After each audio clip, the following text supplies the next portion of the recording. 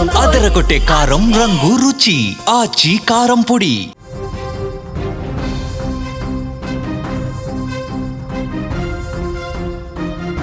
మోంతా తుపాను భయం నుంచి తెలుగు రాష్ట్రాలు ఇప్పుడిప్పుడే కోలుకున్నాయి.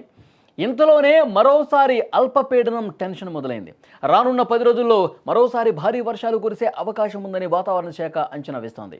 వాతావరణ శాఖ అంచనా ప్రకారం ఇంకోసారి భారీ వర్షాలు కురిసే అవకాశం కనిపిస్తోంది.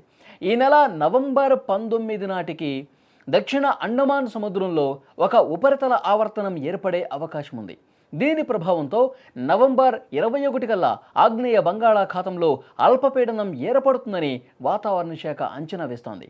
ఈ అల్పపీడనం కారణంగా ఈ నెల 24 నుంచి 27 వరకు తెలంగాణతో పాటు ఆంధ్రప్రదేశ్ రాష్ట్రంలో కోస్తా రాయలసీమ జిల్లాల్లో మోస్తరు నుంచి భారీ వర్షాలు కురిసే అవకాశం ఉంది.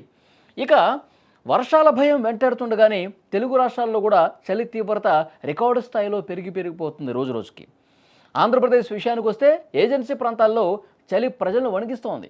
అల్లూరు సీతారామరాజు జిల్లాలో జీ మాడుగులలో ఈ సీజన్లోనే అత్యల్పంగా కేవలం 6 డిగ్రీల ఉష్ణోగ్రత నమోదైంది. ఏజెన్సీ ప్రాంతాలతో పాటు సాధారణ ప్రాంతాల్లో కూడా చలి విపరీతంగా పెరుగుతోంది.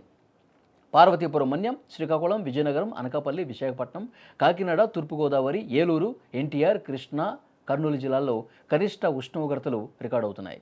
చాలా జిల్లాల్లో ఉష్ణోగ్రతలు 6 నుంచి 16 డిగ్రీల మధ్య నమోదవుతున్నాయి. ఒకవైపు చలి బీభత్సంగా వణికిస్తోంది. ఇటు తెలంగాణలో కూడా రాత్రి ఉష్ణోగ్రతలు భారీగా పడిపోతున్నాయి. కొన్ని చోట్ల ఏకంగా సింగిల్ డిజిట్కు ఉష్ణోగ్రతలు చేరుకుంటున్నాయి. చాలా ప్రాంతాల్లో 12 డిగ్రీల కంటే తక్కువగా కనిష్ట ఉష్ణోగ్రతలు నమోదవుతున్నాయి. ఉత్తర తెలంగాణ జిల్లాలైన ఆదిలాబాద్, కరీంనగర్, రాజన్న సిరిసిల్ల జిల్లాల్లో అత్యంత కనిష్ట ఉష్ణోగ్రతలు నమోదవుతున్నాయి. నిర్మల్, జగిత్యాల, రాజన్న సిరిసిల్లలో 11 నుంచి 12 డిగ్రీల మధ్య ఉష్ణోగ్రతలు నమోదవుతున్నాయి. ఈ ఉష్ణోగ్రతలు సాధారణ సగటు కంటే 2 నుంచి 4 డిగ్రీలు తక్కువ పడిపోవటం ఇక్కడ విశేషం. రాష్ట్ర రాజధాని హైదరాబాద్లో సైతం చలి ప్రభావం విపరీతంగా కనిపిస్తోంది. రాత్రి ఉష్ణోగ్రతలు చాలా ఎక్కువగా ఉన్నాయి. ఉష్ణోగ్రతలు 13 నుంచి 15 డిగ్రీల మధ్య నమోదవుతున్నాయి. శేరిలింగంపల్లిలో 13.2, సికింద్రాబాద్లో 14.8 రికార్డైంది. చలి నుంచి రక్షించుకోవడానికి జాగ్రత్తలు తీసుకోవాలని కూడా అధికారులు హెచ్చరిస్తూ ఉన్నారు. ఒకవైపు వర్ష భయం కనిపిస్తుంది, మరోవైపు చలి రోజు రోజుకి పెరిగిపోతున్న పరిస్థితుంది. ముఖ్యంగా వర్షాలు 21వ తారీఖున అల్పపీడనం ఏర్పడే అవకాశం ఉందని చెప్పి వాతావరణ శాఖ ఏదైతే అంచనా వేసిందో ఆ అంచనా నిజమైతే కనుక ఆ అంచనా 100% 21వ తారీఖు అల్పపీడనం ఏర్పడితే ఆ ప్రభావం వర్షాలు 21 నుంచి 26 వరకు ఆ అల్పపీడనం ఇంకా బలపడితే వాయుగుండంగా మారితే ఇంకా వర్షాలు 2 తెలుగు రాష్ట్రాల్లో కూడా దంచి కొట్టే అవకాశం కనిపిస్తోంది.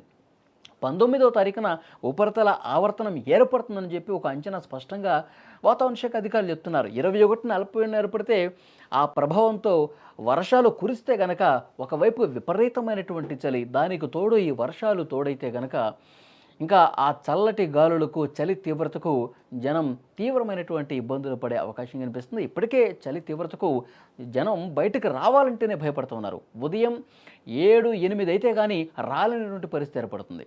ఇక రాత్రి సమయంలో రాత్రి 8 దాటితే చలి విపరీతంగా ఉంది. సో 8 తర్వాత బయటకు రాలేకపోతున్నారు సాయంత్రం సమయంలో. ఉదయాన్నే 8 అయితే కానీ బయటకు రాలేని పరిస్థితుంది. దీనికి తోడు బీభత్సంగా వర్షాలు కురిస్తే మాత్రం ఆ ఎఫెక్ట్ 2 తెలుగు రాష్ట్రాల ప్రజల మీద చాలా తీవ్రంగా ఉంటుంది. మొన్నే మోంతా తుఫాను ఎఫెక్ట్తో భారీ వర్షాలు కురిస్తే ఎక్కడికక్కడ వాగులు, వంకలు పొంగి ప్రవహించి ఇబ్బందికర పరిస్థితులు ఏర్పడ్డాయి. బలమైనటువంటి చెట్లు, కరెంటు పోల్స్ ఆ తుఫాను దాటికి విరిగిపడి సముద్రం అల్లకల్లోలంగా ఉన్న పరిస్థితుంది. ఇంకా ఎందుకంటే చాలా ప్రాంతాల్లో కూడా లోతట్టు ప్రాంతాల్లో ఆ వాగుల్లో కొట్టుకుపోయి చాలా కుటుంబాలు తమ వాళ్ళను కోల్పోయినటువంటి పరిస్థితి ఉంది. ఇంకా ఆ శోకం నుంచి, ఆ విషాదం నుంచి బయటకు రావాల. మళ్ళీ ఇంకొక అల్పపీడనం, మళ్ళీ వర్షాలు బాగా పడతాయి అనే ఒక సమాచారం ఏదైతే వస్తుందో వాతావరణ శాఖ నుంచి ప్రజల్లో ఒక భయం కనిపిస్తోంది. చూడాలి 21 తర్వాత పరిస్థితి ఏ విధంగా ఉంటుందని.